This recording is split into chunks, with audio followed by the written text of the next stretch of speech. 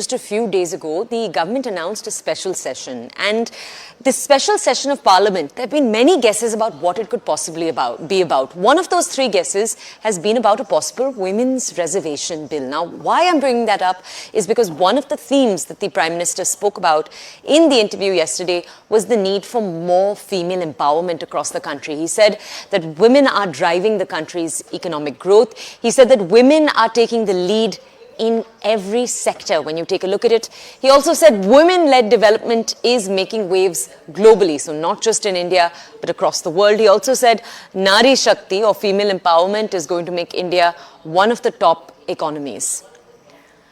Now, my colleague Arunima is with us. Let's go over to her first to understand this point, and then we'll speak to her and other reporters about other points that the Prime Minister discussed in that interview. Arunima, good morning. We're telling our audiences specifically about the themes of female empowerment that the Prime Minister brought up in that interview. He said a few things. He said women are driving economic growth, women are taking lead in every sector, for example. Arunima, can you just point us to first some of the numbers that back this, and then can you tell us more about the theme of Nari Shakti we've seen play out over the last few months when it comes to the government's focus? Yes, the government has, not just in political empowerment, but even its policies. I think there is a realization that women are coming of their own. They could be a vote bank of their own as far as elections are concerned. So electoral politics also, if you go back to UP a few years ago, from Ladki Hoon, Lad Sakti Hoon of the Congress party to Nari Shakti slogan of the government now, they're specifically targeting. And even in Madhya Pradesh, you see in the run-up to polls, what are the kinds of policies from the Shivraj Singh Chauhan government? The Ladli Behan Yojana, the Rakhi on the eve of Rakhi, the LPG cylinder waive-off that was given was also the market was sold that product by saying that this is a gift for the sisters on the eve of Rakhi.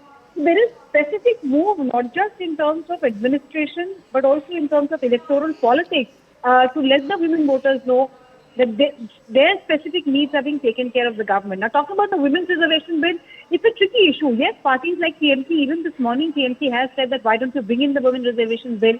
BRS has been really upping the ante, asking for the women's reservation bill. The problem is the parties from Uttar Pradesh, Bihar, parties like the Samajwadi Party, the RJD, they want a caste dynamic to the issue of women's reservation as well. And that is what has led to the women's reservation bill not getting passed so far. So the Prime Minister wants to make good of the numbers that the party has in Lok Sabha and wants to ensure that in Rajya Sabha also it's a smooth sell. But then this is perhaps the best opportunity because most of the parties, barring a few, are now veering towards the idea that issues specific to women must be addressed.